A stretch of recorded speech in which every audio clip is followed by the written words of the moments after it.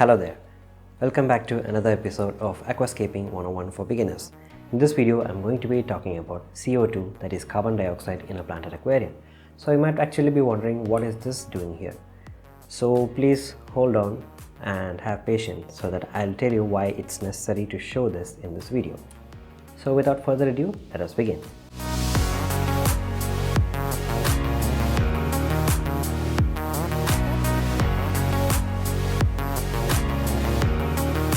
This series is especially made for beginners coming into the hobby of aquariums or like nature aquariums. And if you are not one of those, I do not recommend you to watch this because you already know the facts of what is needed and what is not. But if you are a beginner, please watch all the videos in this series and also stick on to the end of this video because I really guarantee you it will be worth it. If you haven't watched the previous episodes of this series, I have dropped the link to all those videos in the description of this video. And if not, you can actually open my channel and go to the playlist section, and there you can see there are two playlists which are mentioned as Aquascaping 101 for beginners. And why there are two playlists is that one is in English and the other one is in my mother tongue, that is Malayalam. So please choose either of them and watch it according to your preference.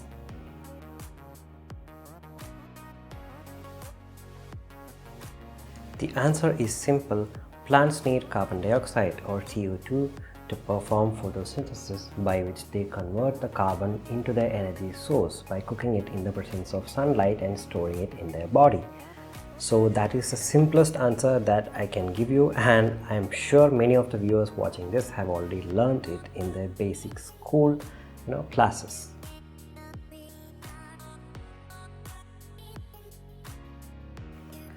Now comes the part wherein I actually show you what's inside this box, which is essential for measuring the level of CO2 in your tank.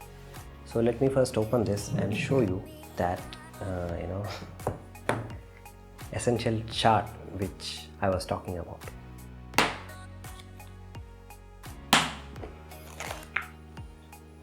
So this is the chart that I was talking about, and this is nothing but the pH-KH chart.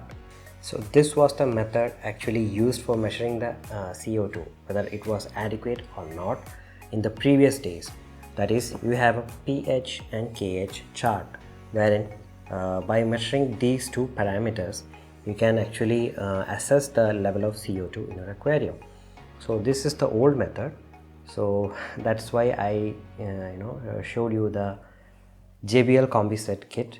And in the present era, there is another way by which you can easily measure the amount of CO2 in your aquarium, whether it's adequate, too high or too less.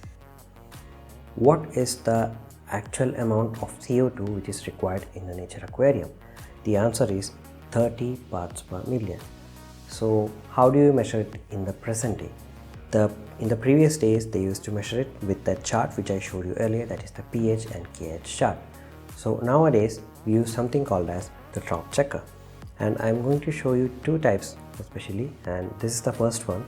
This is the ISTA CO2 drop checker, which is a cost efficient drop checker in the market, and you can buy this from Amazon as well.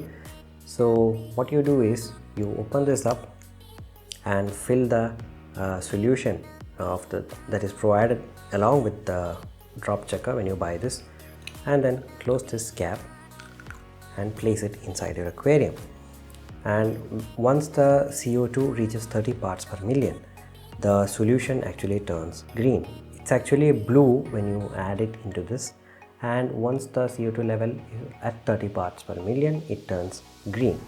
And if it's actually really high, then they turn to a lemon yellow in color. So that means that you are providing more than enough CO2. Thereby you are actually suffocating the fish or the livestock inside your aquarium. So always make sure you do not cross that barrier and get the lime yellow or lemon yellow color inside this drop checker. Other than that, there are many other fancy equipments available in the market, like this one, which is made of glass, And this actually, once you add it inside your, plug it into your aquarium, it looks kind of fancy, and people actually coming to your home and viewing the aquascape actually sees and ask what this is, because it looks kind of curious and something is inside which is green in color. So it's kind of fun to have this one as well. It's up to you to prefer which one you need.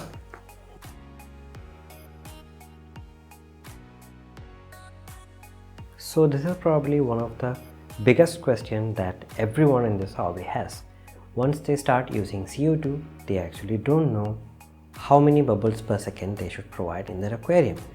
For that, actually you need to do one more thing. The CO2 should actually turn on at least 2 to 3 hours before the aquarium lights turn on. So when the aquarium light turns on, the plants can immediately start performing photosynthesis. So for the beginners out there, this is a really helpful tip for you that I am giving you right now. That is, you can start by providing just 1 bubble per second, that is 2 to 3 hours before the lights are turned on. And once the lights turn on, you can see the drop checker and see if the solution is still blue or green. If it's green, then it means that the carbon dioxide is sufficient enough for the plants to perform photosynthesis. That is, it has reached the level of 30 parts per million. Otherwise, if it's still blue, that means that you have to increase it so that more carbon dioxide is required inside the tank in order to turn this to green. With that complete, I think we can wrap up this video about CO2 in a nature aquarium. Now I think my viewers know how to supply CO2 in a nature aquarium, and also how to measure the amount of CO2 that you are supplying in your nature aquarium.